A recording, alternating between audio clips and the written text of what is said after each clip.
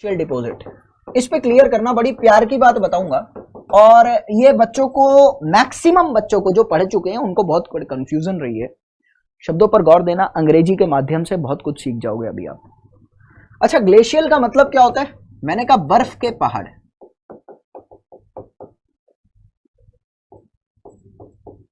Glacial का मतलब क्या होता है? बर्फ के पहाड़ होता है ना।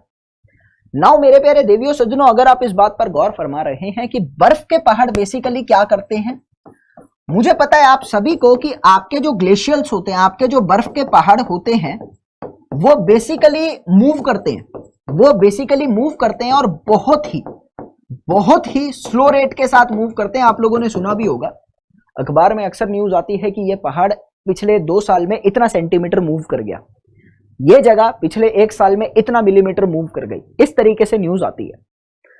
तो मैं कह सकता हूं कि जब भी मेरा एक पहाड़ एक जगह से दूसरी जगह की तरफ मूव करने की कोशिश करता है, तो जिस सरफेस के ऊपर मेरा पहाड़ मूव करता है, उस सरफेस के साथ शियर स्ट्रेस आता है, एक रगड़ आता है। उस रगड़ के कारण उस सरफेस में से छोटे छोटे पार्टिकल मेरे टूट जाते हैं, और उन्हीं छोटे छोटे पार्टिकल को टूटने की वजह से बेसिकली मेरा मिट्टी का फॉर्मेशन होता है। ये चीज तो समझ आ रहा है ना। मैंने कहा ये चीज मैं यहां से लिख सकता हूं कि व्हेन द पहाड़ मूव्स, ये लिख लीजिएगा, एक इंपॉर्टेंट चीज मैं आप लोगों को बता रहा हूं और काफी कुछ आपको देखने को मिलेगा। व्हेन ग्लेशियल मूव्स, जब आपका ग्लेशियल मूव करता है, due to the shear stress, एक शियर स्ट्रेस की वजह से आप लोगों का वहां पर डिसइंटीग्रेशन देखने को मिलता है। देयर इज डिसइंटीग्रेशन, आपको वहां पर डिसइंटीग्रेशन देखने को मिलेगा, जाहिर तौर पर मिलेगा। और इसी डिसइंटीग्रेशन की वजह से आई कैन से दैट कि जो सॉइल के पार्टिकल्स हैं, अब शब्द पर गौर देंगे, सॉइल के पार्टिकल्स ट्रांसपोर्ट विद या फिर मूव विद ग्लेशियर, आपके उस ग्लेशियर के साथ आपकी वो सॉइल के पार्टिकल मूव करने स्टार्ट कर जाते हैं।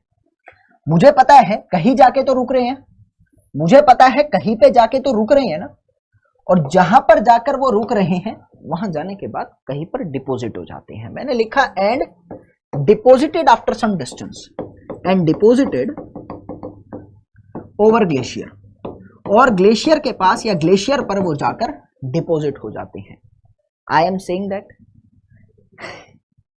डॉगरी इंजीनियर आंसर करेंगे, पहले समझ लेते हैं। आई एम सेइंग दैट कि वो ग्लेशियर पर जाकर डिपॉजिट हो गए। जो वो ग्लेशियर का डिपोजिशन मेरे को मिल रहा है ना, उस ग्लेशियर के डिपोजिशन पे मेरे मिट्टी के पार्टिकल्स भी हैं। उस पर्टिकुलर फिनोमिना को हम लोग क्या नाम देते हैं? बहुत इंपॉर्टेंट, जेईई में तो अक्सर पूछता है। उस पर्टिकुलर फिनोमिना को हम लोग नाम देते हैं जिसको कहते हैं ग्लेशियर टिल, या फिर हम लोग इसको नाम देते हैं ग्लेशियल टिल। क्या कहते हैं मेरे प्यारे बच्चे?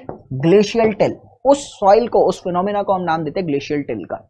अभी और समझना, तुम्हें पता है यहां से कि तुम्हारी जो मिट्टी है वो ग्लेशियल के साथ जाकर एक जगह पर डिपॉजिट हो गई, या एक जगह पर जाकर रुक गई, एक जगह पर वो स्थिर हो गई।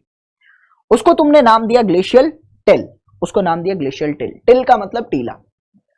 मैंने कहा मेरे प्यारे बच्चे, थोड़े दिनों में ऐसा भी होता है कि मौसम चेंज होता है, वही ग्लेशियर आपका पिघलना शुरू कर देता है। बहुत बहुत गौर की बात फरमा रहा हूं, मतलब इतना मजेदार चीज है कि तुम्हें कंफ्यूजन दूर कर देगा, गौर फरमाना। तुम्हारा ग्लेशियर जो है समय के साथ पिघलना शुरू कर देता है। जब ग्लेशियर पिघलेगा तो जो उसके ऊपर मिट्टी जमी हुई है वो भी तो बहेगी। मैंने कहा आफ्टर सम टाइम, यहां पर जरा गौर दीजिएगा, बड़े काम की बात आई है। आफ्टर सम टाइम आपका ग्लेशियर मेल्ट होगा, कुछ समय बाद आपका ग्लेशियर मेल्ट होना शुरू हो जाता है, यानी आपकी जो डिपॉजिटेड सॉइल है स्टार्ट्स टू फ्लो। आपकी डिपॉजिटेड सॉइल बेसिकली बहना शुरू कर देती है, और जब ये मिट्टी बहना शुरू करती है तो तुम लोग क्या कहोगे? अब मिट्टी अपनी जगह से दूसरी जगह पर जा रही है, लेकिन वो मिट्टी अभी भी रहेगी तो ग्लेशियल की। यार तुम अपने घर से कहीं पे नौकरी करने जाते हो तो तुम दूर के थोड़ी हो जाते हो, रहोगे तो अपने घर के ही, रहोगे तो उसी माता पिता के, रहोगे तो उसी संस्कृति के, रहोगे तो उसी जगह के। सिंपल सी बात है।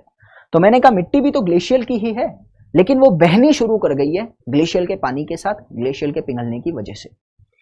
इस पर्टिकुलर मिट्टी को स्टार्ट्स टू फ्लो, और उस पर्टिकुलर मिट्टी को हम लोग क्या नाम देते हैं? उस पर्टिकुलर मिट्टी को हम लोग नाम देते हैं ग्लेशियल ड्रिफ्ट। उस पर्टिकुलर मिट्टी को हम लोग नाम देते हैं ग्लेशियल ड्रिफ्ट। मैक्सिमम स्टूडेंट्स को यहां प्रॉब्लम आती है कि ग्लेशियल टिल और ग्लेशियल ड्रिफ्ट में फर्क क्या होता है, ये नहीं समझ होता। That is the main difference, ठीक है। तो तुमको ये चीज तो याद रखनी है, जो तुम्हारी ग्लेशियल सॉइल होती है, जो तुम्हारी ग्लेशियल सॉइल होती है, वो ग्लेशियल सॉइल दो तरीके की चीजें अपने अंदर समा के रखती है। एक होता है ग्लेशियल टिल, एक होता है ग्लेशियल ड्रिफ्ट, एक होता है ग्लेशियल ड्रिफ्ट। है दोनों एक ही परिवार के, है दोनों भाई भाई, लेकिन दोनों के जो प्रॉपर्टीज हैं, दोनों का जो फॉर्मेशन का स्टाइल है वो थोड़ा सा अलग है। ये चीज आप लोगों को क्लियर होना चाहिए। अभी मेरी बात आती है मेरे प्यारे बच्चे यहां पर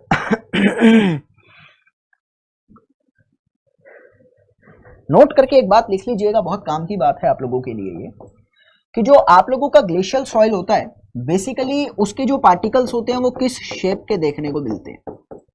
ग्लेशियल सॉइल के जनरली पार्टिकल्स, ग्लेशियल सॉइल के पार्टिकल्स आप लोगों को एंगुलर देखने को मिलेंगे, यानी इसके अंदर आमतौर पर एंगुलर पार्टिकल्स होते हैं।